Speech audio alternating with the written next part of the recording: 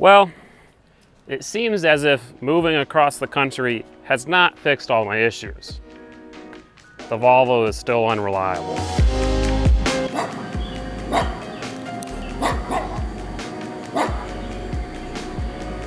See, the original plan was to take the Volvo to Caffeine and Octane and get some reactions. I was gonna hide a GoPro and a microphone in the engine bay and then capture people figuring out that this Volvo has an LS and a huge turbo. Holy damn, man.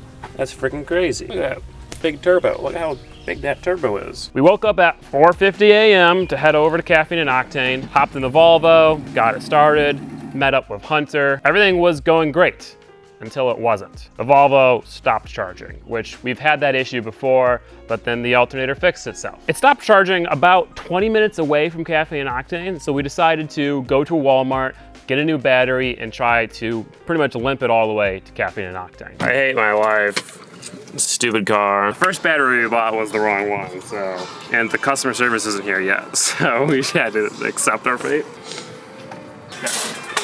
Does someone want to crouch down under there and stick the threaded hole through the thing?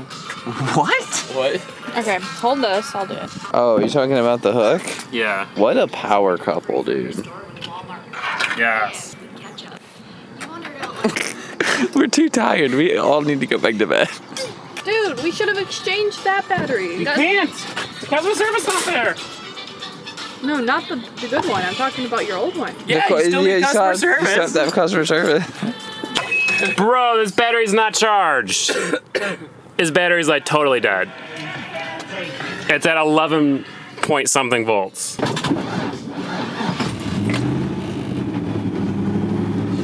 It started 13.1 volts. All right, let's go. Well, that's when it broke something else. We were driving out of the parking lot and suddenly smoke came out from behind the digital dash. Like something was shorting out, or I don't know, but sketchy. We pulled over, turned the car off. Now the car won't start, so now we're gonna jump it. It doesn't sound like the starter's engaging. Okay, go.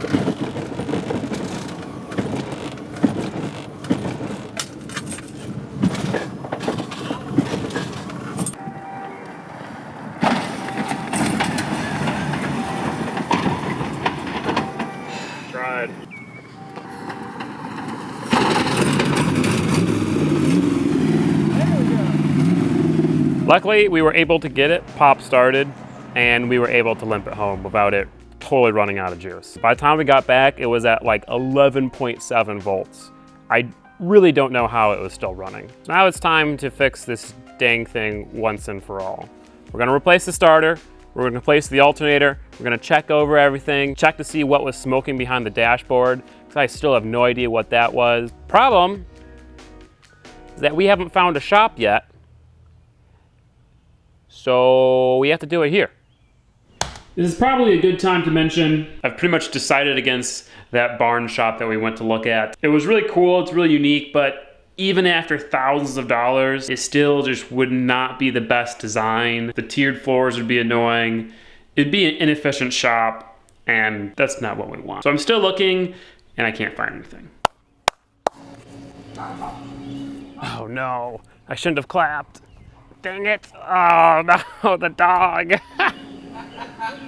Okay, well, it's time to get this area set up into our,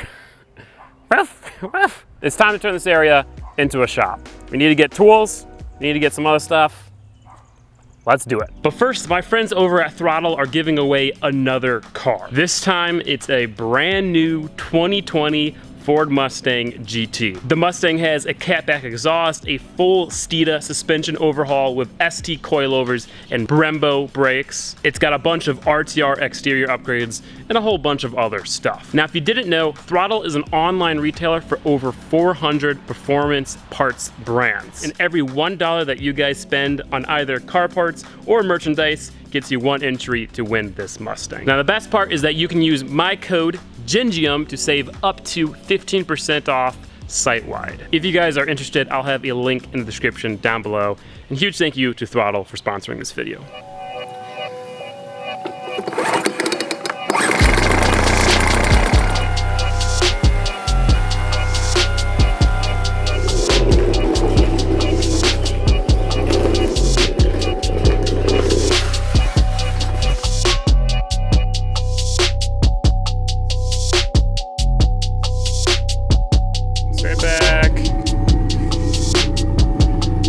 Cut it. Now straight. Keep coming, keep coming, keep coming, keep coming. And stop.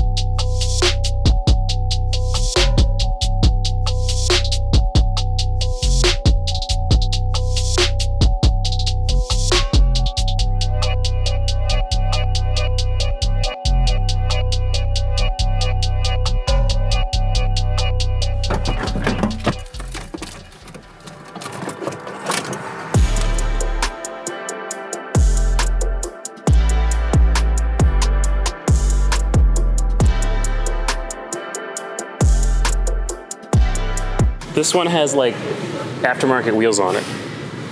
Like, look at this. It's got aftermarket wheels and it's got sparkly paint. Okay, I'm pretty sure we aren't here for a pretty jack. We need a... Well, they've got this thing parked over here in showcase. We can't just ignore it. And look at those. Are those TE37s? You're gonna get roasted for buying Harbor Freight jack stands.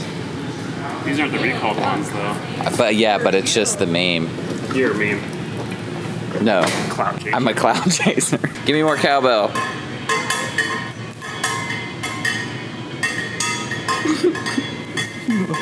She's like in the spotlight too. I know. That's cool. But here's the drone. You've been thinking about. What are you doing? We're looking for tools, not RC cars. Yo, these are those things on TikTok that those guys stand on.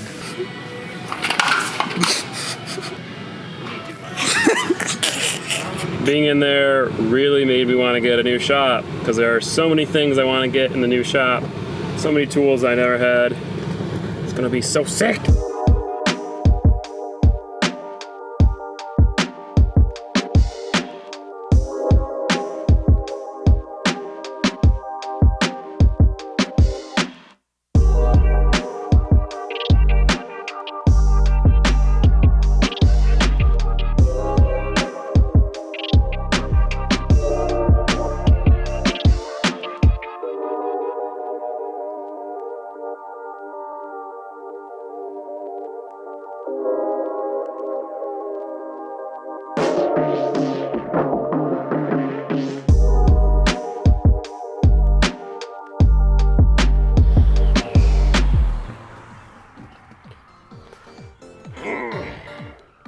Well, we pretty much got everything set up. Out here we got the nice tent to give me shade. We got a nice little side table, some tunes, a chair to relax in between wrenching, and of course a beer. Then in the backyard we got the toolbox, the new tools. Yikes. This one's probably bad.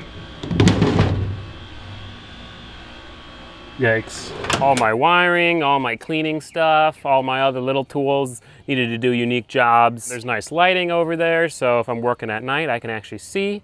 And even during the day, it was pretty dark under that thing. And then we got my little extension cord right inside the fence here, so if I need to use a power tool out here, I can just pull it out, use it, and put it back.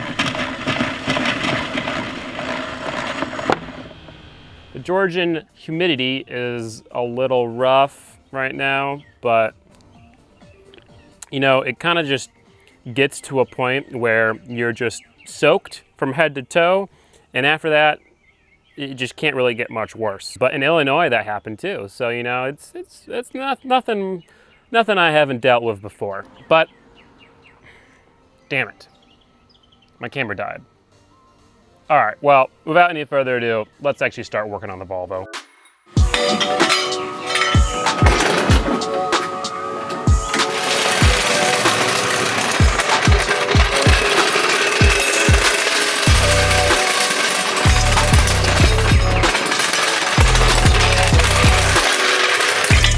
Neighbors, for coming to your neighborhood and ruining it with all my loud cars and tools and... Ugh.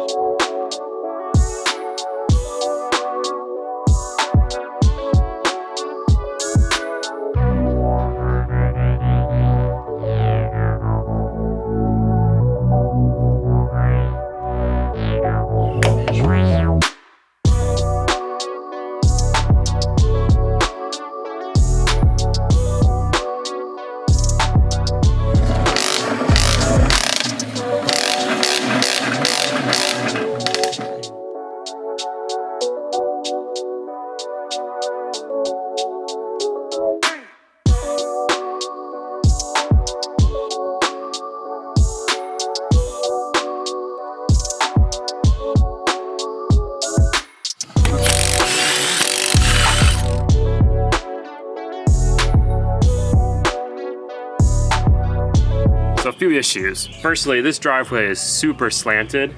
So I keep rolling down the driveway on this thing. It's good that it rolls so easily, but it's kind of annoying. Secondly, in order to remove the starter, you have to remove the exhaust. Well, I made the exhaust all one big piece from the downpipe all the way back to the axle. I can remove that piece very easily on a lift where I have enough range of motion to kind of twist it around because it has to get through the subframe and stuff. Can't do that on the ground. So I cannot remove the exhaust without cutting it on the ground, and I can't remove the starter without removing the exhaust. I'm gonna play around with it a little more, but I don't know what I'm gonna do if I can't figure this out. This is the other problem about being outside. Huh. What it was, this is what it's gonna be. Oh, Jesus. Yo, I'm about to be screwed, man. Right as I felt the first range up, we got the starter out. I need to pack things up so they don't get ruined. We got it. We got it just in time, ladies and gents. Woo! It's supposed to rain till it's dark, so I'm gonna come back tomorrow, put the new starter in, and replace the alternator. Let's try to get this bad boy in there.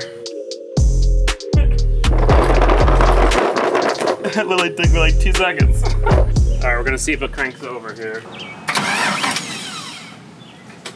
We are good to go ahead, put the exhaust back on and start working on the alternator. After struggling with the 2 V-band clamps for at least an hour, finally got them both on, tightened the front one, started tightening the second one, and the bolt just broke. And it's not even tight. It's not like cross-threaded or anything. It just popped with like no force at all. Why can't working on cars ever be just problematic free? No problems. But living in Georgia is a huge game changer because Summit Racing is just over an hour away. So as long as they have the part I need in stock, I can drive a total of 2 hours and get it. And that, ladies and gents, is what we're going to do right now. I'm gonna go pick up a new exhaust clamp. Also, I reorganized the cars in the driveway, so it kind of just looks like I'm having a car meet outside my house. It's pretty sick. It's got some serious Fast and Furious vibes.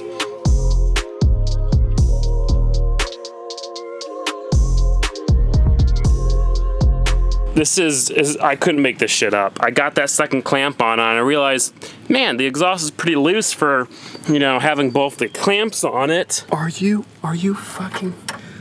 kidding me? Are you kidding me? Never in my life have I broken a V-band clamp. And then of course, the one day that I'm relying on the V-band clamps to get the car back on the road, I break not 1, but 2. I would not be upset if I hadn't just driven 4 hours down to Summit Racing. I'm not driving back. That was a terrible drive. There was so much traffic and just miserable and pissed off and now, and look, it's about to rain again. God. This time I was smart and just in case, I bought 2.